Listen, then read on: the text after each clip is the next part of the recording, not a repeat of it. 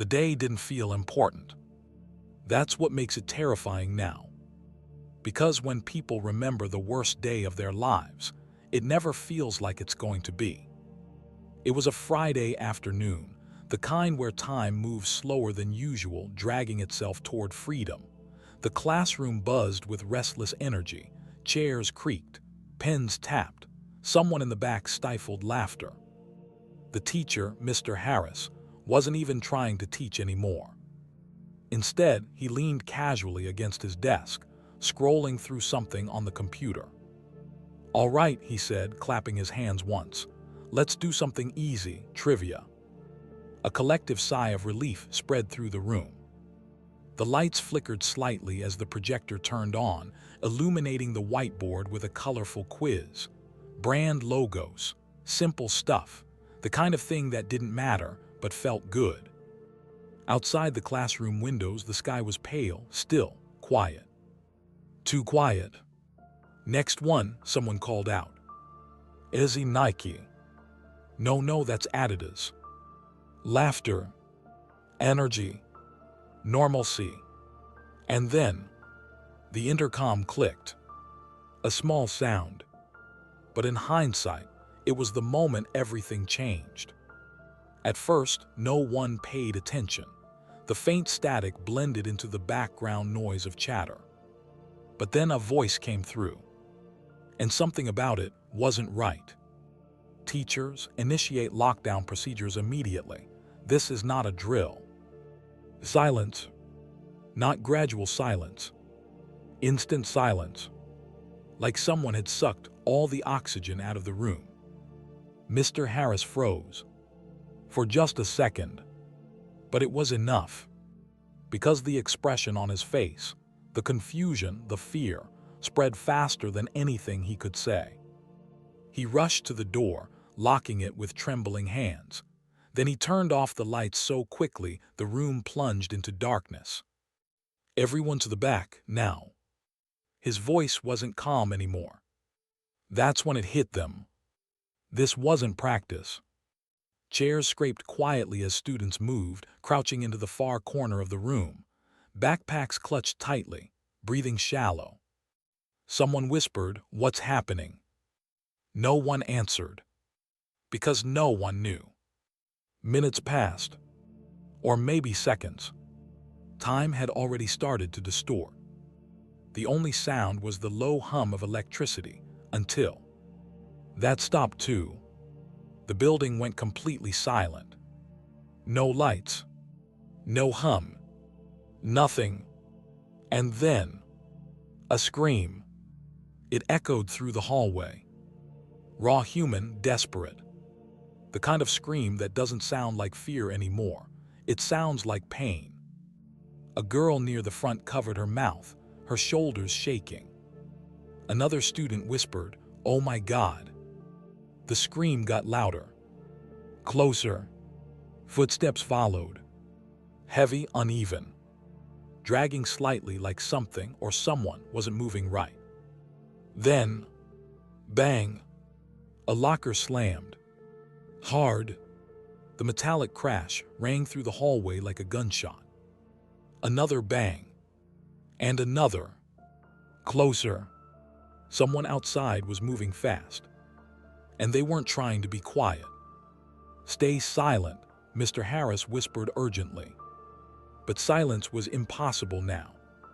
Because fear had already taken over. The footsteps stopped right outside the classroom. And then, a voice. Low at first. Muttering.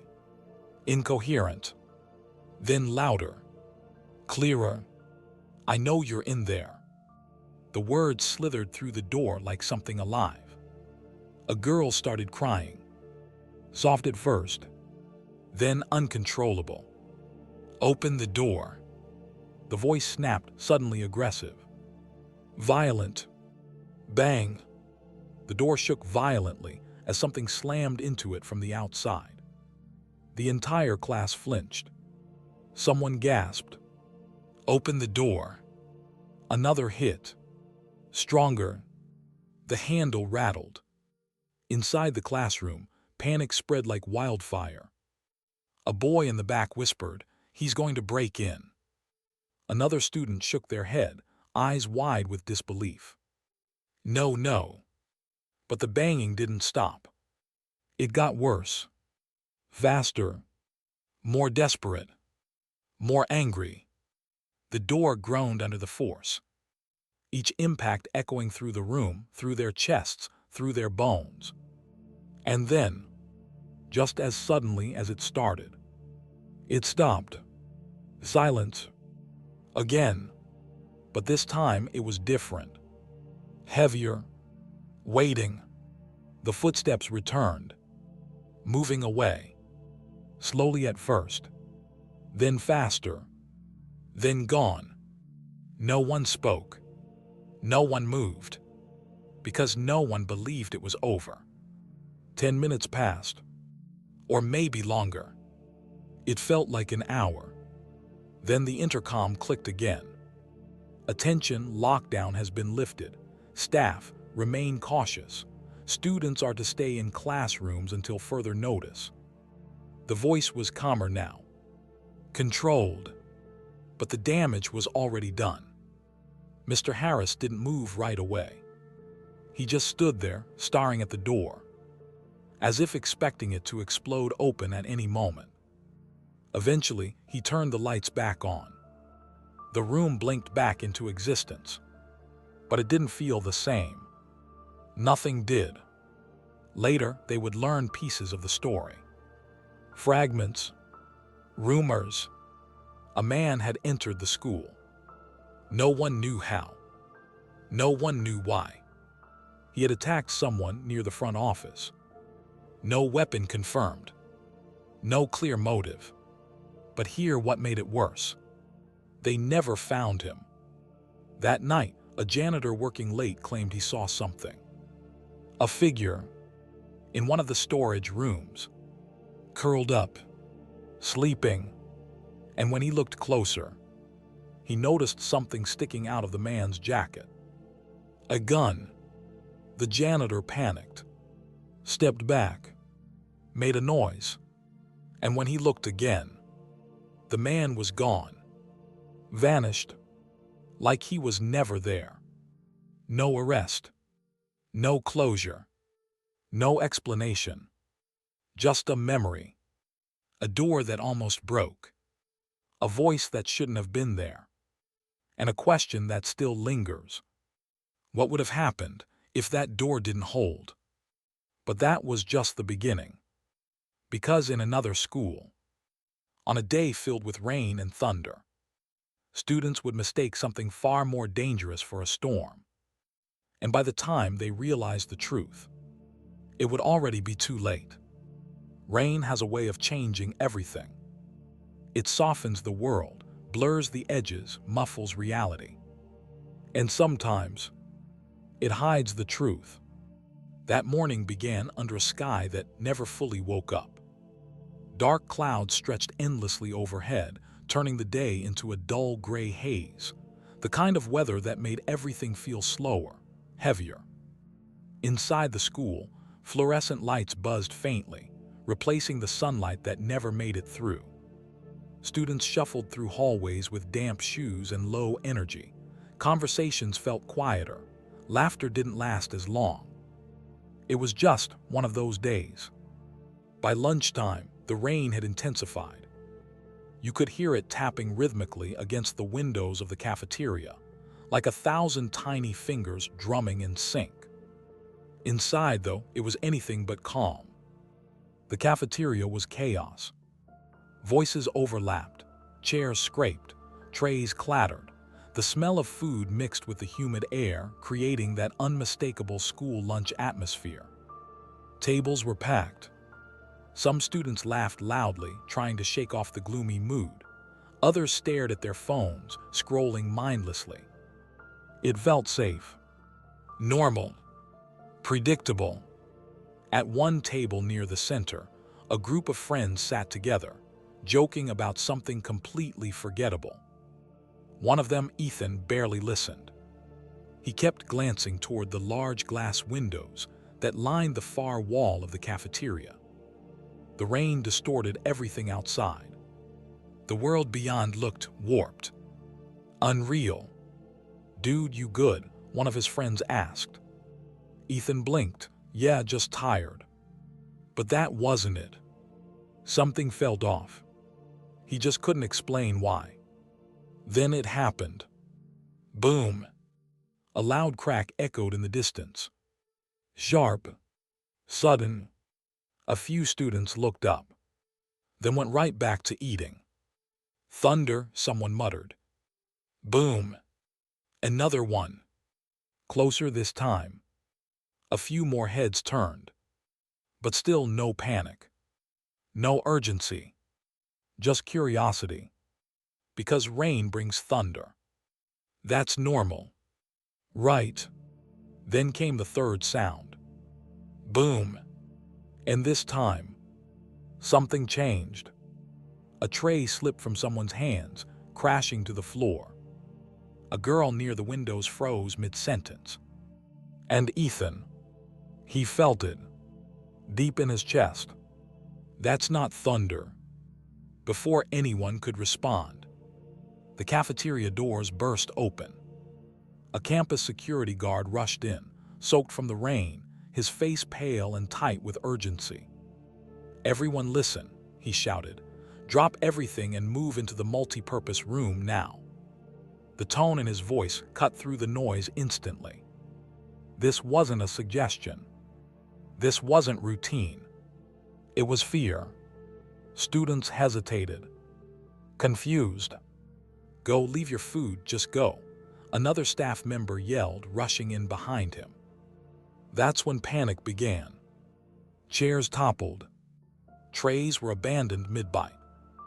Backpacks were grabbed or forgotten entirely. The entire cafeteria surged toward the exits like a wave. "Move, move. Don't push. What's happening?" No one had answers. Only urgency. Ethan and his friends were swept along with the crowd, barely keeping their footing as they rushed into the multi-purpose room. It was massive, usually used for assemblies, events, safe things. But now, it felt like a holding chamber. Staff members quickly shut the doors behind them. Others rushed to cover the large glass walls with heavy curtains, blocking the outside world. And that's when it hit.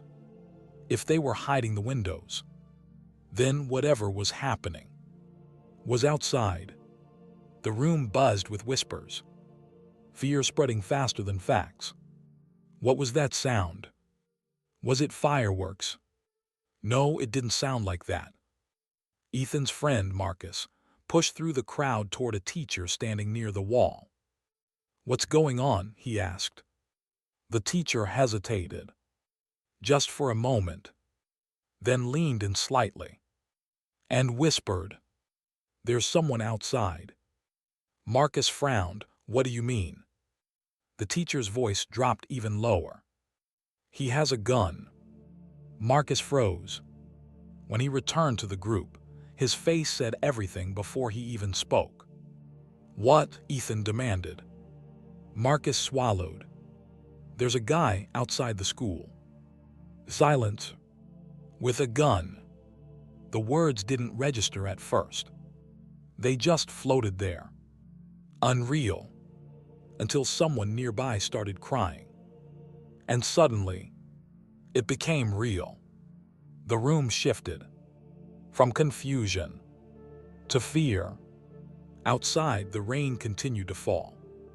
But now, every sound felt different. Every shadow felt suspicious. Time stretched painfully. Minutes felt like hours. Teachers tried to keep students calm. Everything under control.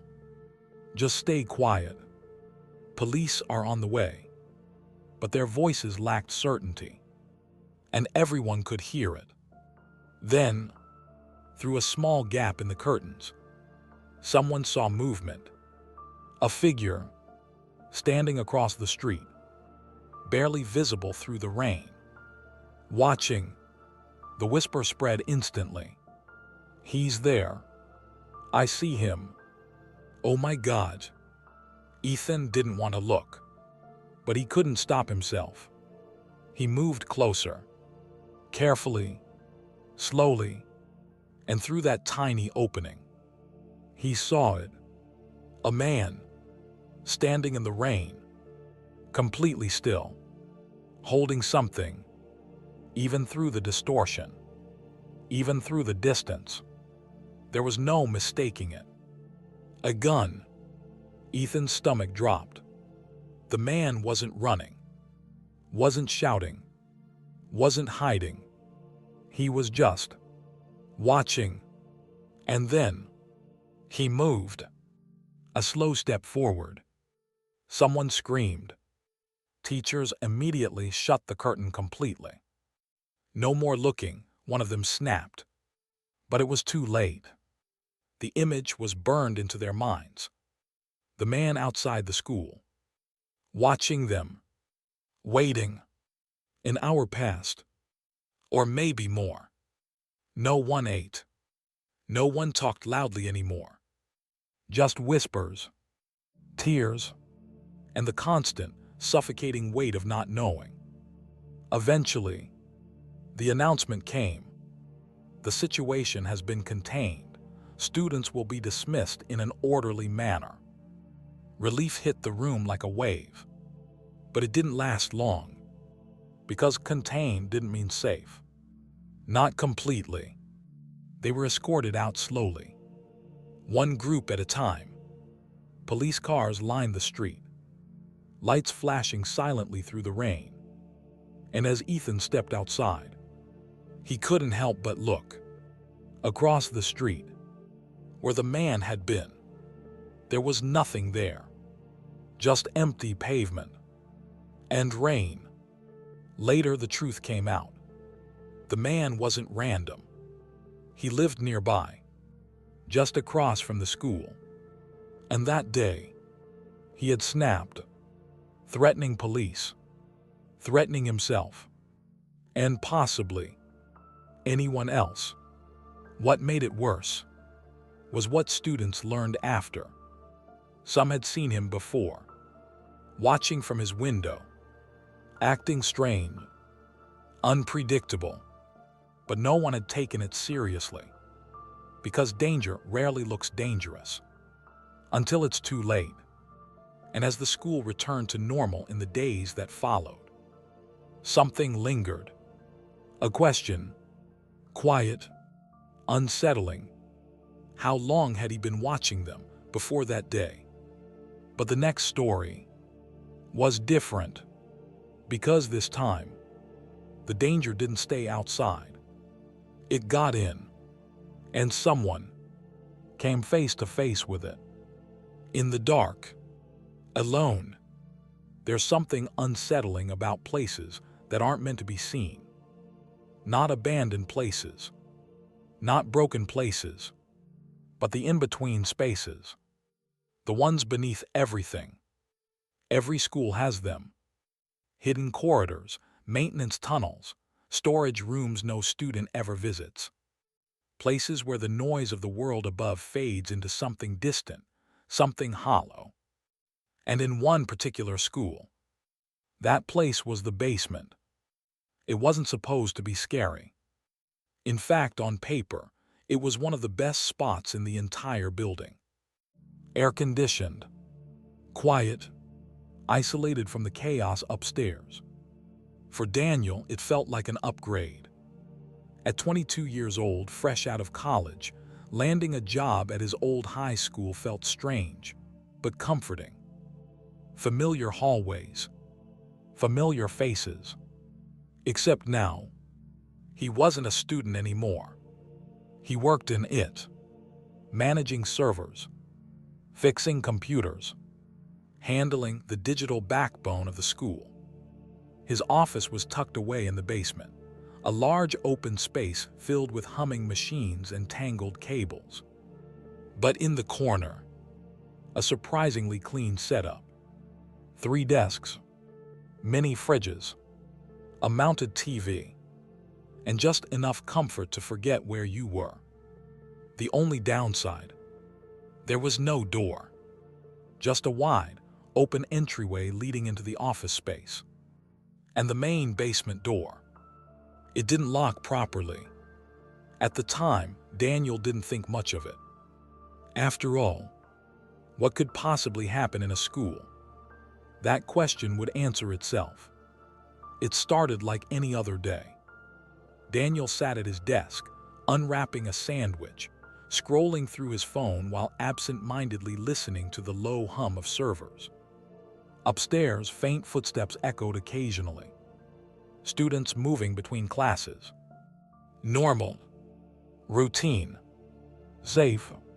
Then, his phone rang. He frowned, glancing at the screen. Front office. Hello. The voice on the other end was rushed. Tense. Daniel locked on right now. There's someone in the building, possibly armed. His stomach dropped. What? Turn off the lights. Stay hidden. Do not leave the basement. The call ended. Just like that. No explanation. No details. Just fear. Delivered in a single sentence. Daniel sat frozen for a moment. Processing. Then instinct kicked in. He stood up quickly, turning off the lights. The room fell into darkness. Only faint glows remained, from powered-down monitors and tiny blinking server lights. He stared toward the open entryway. No door. Nothing to protect him. Just open space. His breathing slowed. Shallow. Controlled. It's fine, he whispered to himself. It's probably nothing. But deep down, he didn't believe that. Minutes passed. Daniel sat at his desk, gripping his phone tightly. Texting his coworkers. No response. The silence felt wrong. Too complete. Then, a sound. Creak asterisk. The basement door. Opening. Daniel's entire body stiffened. He slowly turned his head toward the staircase. Footsteps. Coming down. Slow. Deliberate. Each step echoing through the empty basement. Daniel's mind raced. Is it Gary, Dave? But something felt off. Why weren't they calling out? Why weren't they turning on the lights? The footsteps got closer. Panic surged. Without thinking, Daniel dropped to the floor and crawled under his desk. The cold surface pressed against his back as he tried to control his breathing.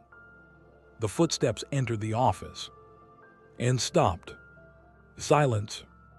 Not normal silence. Listening silence. The kind where you know someone is there. Waiting. Daniel squeezed his eyes shut. Don't move. His heart pounded so loud, he was sure it could be heard. Then, a sound that made everything worse. Ding. His phone. A notification. The small glow lit up beneath the desk. And in that instant, Daniel felt something break inside him. Because if asterisk he saw that light, then whoever was standing in the room saw it too. The footsteps shifted. Closer. Daniel held his breath. A shadow stretched across the floor, stopping just inches from him. Time froze. This was it. This was how it ended. Then, without thinking, Daniel moved. He lunged out from under the desk. I'm not, please don't. His words collapsed into panic. But instead of violence, a hand grabbed his arm. Hey, it's okay. Daniel blinked. A man stood in front of him. Mid-40s, wearing a red plaid shirt. A cap pulled low. I'm hiding too, the man whispered urgently. What's going on up there?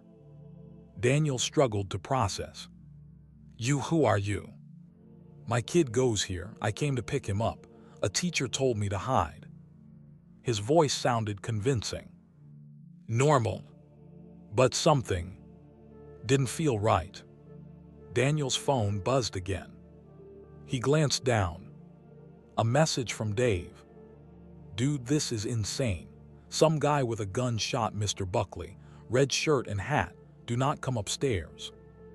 Daniel's blood ran cold. Slowly, he looked up at the man in front of him. Red plaid shirt. Cap. The room seemed to tilt. The man noticed. That look. That realization. And for a split second, neither of them moved. Then, the man's expression changed. Subtle, but unmistakable. From calm to something else.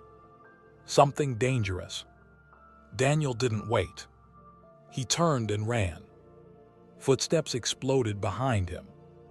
Vast. Aggressive. Then, bang.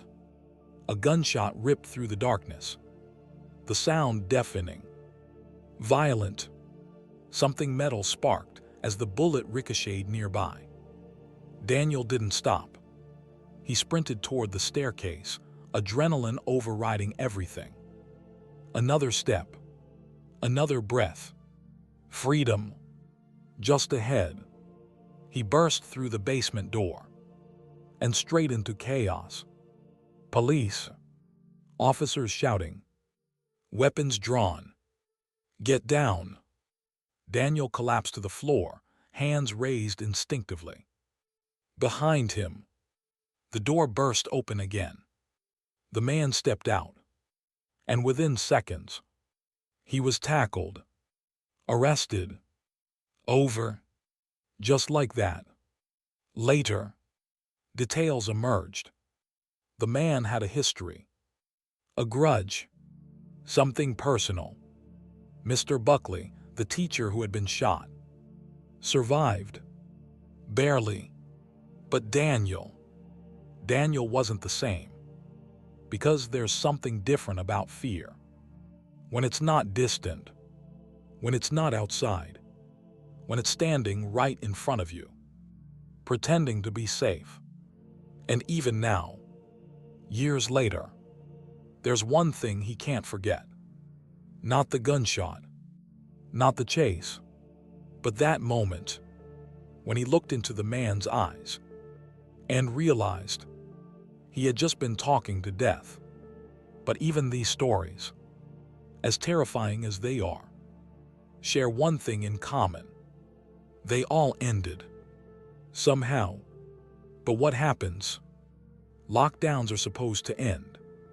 That's the unspoken rule. The announcement comes. Teachers unlock the doors. Students exhale. Life resumes. That's how it's supposed to go. But sometimes, it doesn't. And when it doesn't, time stops behaving the way it should. Minutes stretch. Thoughts spiral. And silence becomes something else entirely. This story doesn't begin with chaos. No loud noises. No running. No warning signs. Just silence. It was a Wednesday morning. Early. Too early for most students to be fully awake. The school hallways were quieter than usual. First period had just started. Teachers speaking in calm, routine voices. Markers gliding across whiteboards. The soft rhythm of an ordinary day. In room 214, a history class sat half engaged as their teacher flipped through slides about ancient civilizations. Names, dates, empires long gone. Near the back of the room sat a girl named Leela. Quiet, observant, the kind of student who noticed things others didn't. That morning she noticed something small. The clock. It had stopped. 8:17 a.m. Frozen. At first she assumed it was broken. Old schools, old clocks. It happened. But then she noticed something else. The teacher's phone. No signal. A boy across the room raised his hand. Hey, is the Wi-Fi down? The teacher frowned, checking her laptop. Looks like it, she said casually. Still normal. Still explainable.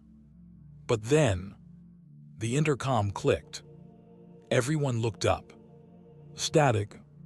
Then, nothing. No voice. No message. Just silence. The teacher waited, frowning slightly. Probably a glitch, she muttered. She turned back to the lesson. But Leela couldn't shake the feeling. Something was wrong. Not obviously. Not dramatically. But subtly. Like the world had shifted. Just a few degrees off. Then came the knock. 3 soft taps on the classroom door. Everyone turned. The teacher hesitated. That wasn't protocol. During class, doors stayed closed. Locked. Another knock. Slightly louder. Ms. Carter. A voice. Muffled. A student's voice. Relief flickered across the room. Probably someone late, the teacher said. She walked toward the door. Leela sat up. Something felt wrong. She didn't know why. But every instinct in her body screamed, "Don't open it." "Wait," Leela said suddenly. The teacher paused. "What is it?" I think we should check first." A few students laughed quietly. "Check what?" someone whispered. But Leela didn't answer. Because she didn't have one. Just a feeling. The teacher sighed softly. "It's fine." Her hand reached for the lock. And then, the intercom clicked again. This time, a voice came through. "Lock down, this is not a drill." The words hit like ice water. The teacher froze. Her hand still inches from the door. And on the other side, silence. The voice that had been there was gone. The entire room shifted instantly. Lights off. Curtains drawn. Students moved to the corner. But the door remained unopened. And whatever had been on the other side was still out there. Minutes passed. No sounds. No footsteps. Just the suffocating quiet of waiting. Then, a whisper from the hallway. Soft, barely audible. "Please." A girl's voice. Crying. "Help me." The words sent chills through the room. A student near the door covered her mouth. "Oh my God." The teacher shook her head quickly. No one moves. But the voice continued. Weak. Desperate. "I'm hurt." Leela felt her chest tighten. Every instinct told her to help. To open the door. To do something. But something else, stronger, held her back. Because something wasn't right. The voice didn't change. Didn't move. It stayed in the exact same spot. Repeating, "Please help me." Over and over and over. Like a recording. Or worse, like something pretending. A boy whispered, "What if it's real?" No one answered. Because that was the problem. What if it was? The teacher's face tightened, torn between instinct and responsibility. Another whisper from outside. "Leela." Her blood ran cold. How did it know her name? She hadn't spoken loudly. No one had. The room felt smaller. Colder. "Open the door." Now the voice was different. Less weak. More controlled. Leela shook her head slowly. "No." The teacher stepped back from the door completely. And that's when it happened. The handle moved. Slowly, gently, testing. The door creaked slightly as pressure pushed against it. But it didn't open, because it was locked. Inside the classroom, no one breathed. The handle stopped. Silence returned. Then, footsteps. Walking away. Finally, gone. No announcement came after that. No all clear. Hours passed. Eventually, police arrived. The lockdown ended. But the story didn't. Because when they checked the hallway, there was no injured student. No blood. No sign of anyone being there. Nothing. Except one thing. A small speaker, hidden near the classroom door, playing a recording, looping, "Please help me," over and over and over. No one ever found out who placed it there, or why. But one question haunted Leela more than anything else. If they had opened that door asterisk, what would have been waiting on the other side? And more importantly, who knew her name? Because the scariest part of a lockdown isn't always the danger you can see. It's the one that knows you're there, watching, waiting, and getting closer. When a lockdown ends, people expect relief. They expect noise to return, laughter, movement, life. But what no one talks about is what comes after. Because sometimes the doors unlock, but something inside you stays closed. In the days following the incidents, each school tried to return to normal. Announcements resumed. Classes continued. Homework was assigned. On the surface, everything looked the same. But underneath, something had changed. Something invisible, but permanent. The first school, the classroom where the man had pounded on the door, was quiet now. Too quiet. Students still sat in the same seats, the same desks, the same walls. But no one joked anymore. Every small sound, a chair scrape, a book drop, a sudden voice, made heads turn instantly. Because once you've heard fear like that, your brain doesn't forget. It waits for it to come back. The door itself became something else. Not just wood and metal, but a barrier. A question. Would it hold next time? Some students requested transfers. Others refused to sit near the door. And Mr. Harris, he never admitted it out loud. But every time the intercom clicked, his hands paused, just for a second, reliving that moment. Over and over. The second school. Rainy days were never the same again. Before, rain meant comfort, relaxation, an excuse to slow down. Now, it meant something else. Because for those students, rain carried a memory, a sound, not thunder, something worse. Ethan avoided the cafeteria windows. He couldn't explain it, but every time he saw rain distort the outside world, his chest tightened, because somewhere in his mind, that figure was still there, standing across the street, watching, waiting. And even though the man was gone, taken away, handled, the feeling didn't leave.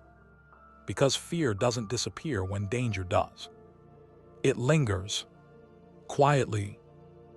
The basement. Daniel didn't quit his job. Not immediately. But he stopped eating lunch alone. Stopped sitting with his back to open spaces. And most importantly, he couldn't stand silence anymore.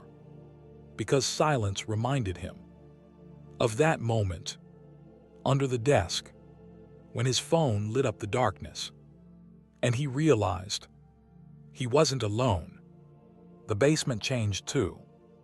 A door was installed, a proper lock, security cameras, fixes, precautions, but they all came after asterisk, after the danger, after the fear, too late to change what happened.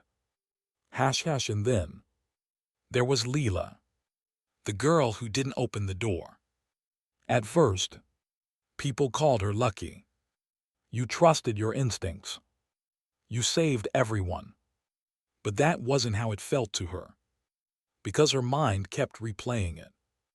That voice, Leela, soft, precise, not random, not guessed, known, and no one ever explained that part. No one could. The speaker explained the recording, but not the name, not how it changed, not how it knew. Weeks passed. Life moved on, but questions remained, unanswered, uncomfortable. The truth about lockdowns. People think lockdowns are about safety, procedures, protocols, and they are. But they're also something else. A moment where reality breaks, where control disappears, where ordinary people, students, teachers, staff, are forced into something primal, survival. And in those moments, you see things differently. You notice details you'd normally ignore. A tone in someone's voice, a shadow in a hallway, a hesitation before opening a door. Because sometimes, those details are the difference between safety and something much worse. But here's the part no one tells you. Not every lockdown is resolved cleanly. Not every thread is caught. Not every question is answered. And not every story ends. Because somewhere, right now, there's a classroom, a normal day, students laughing, teachers teaching, completely unaware that in just a few moments, everything could change. Final thought. If you ever hear it, that announcement, that shift in tone, that subtle change in the air, don't ignore it. Don't assume. And most importantly, trust what you feel. Because in every story you just heard, there was a moment, a small one, where something felt wrong. And that feeling was the only warning they had. Ending line, cinematic fade out.